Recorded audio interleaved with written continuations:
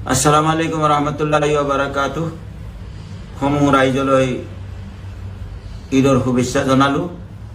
বিভিন্ন ধৰণৰ পৰা মোৰ ওচৰত ফোন আহিছে, ফেক নিউজ কিছুমান বাহিৰ হৈছে যে আমি কেন্দ্ৰীয় হিলাল কমিটিয়ে আজি আমি ঘোষণা কৰিছোঁ সোমবাৰে ঈদ বুলি। কোনো কেন্দ্ৰীয় হিলাল কমিটিয়ে এতিয়ালৈকে আমি বৈঠক পাতা নাই, মিটিঙো পাতা নাই। যেহেতু আজি 28 ৰমজান, অহাকালি 29 ৰমজান হ'ব।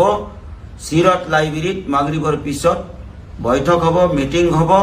জন দেখা যদি প্রমাণ হয় সোমবারে ঈদ হব, আর জন দেখা যদি কতই প্রমাণ নহয় তেতিয়াহ'লে মঙ্গলবাৰে ঈদ হব। গতিকে সমূহ ৰাইজলৈ মই বিনম্ৰতাৰে অনুৰোধ কৰিব বিচাৰিছোঁ, বিভিন্ন ধৰণৰ আজিকালি নিউজবিলাক ওলাইছে, এইবোৰ নিউজ ফেক নিউজ।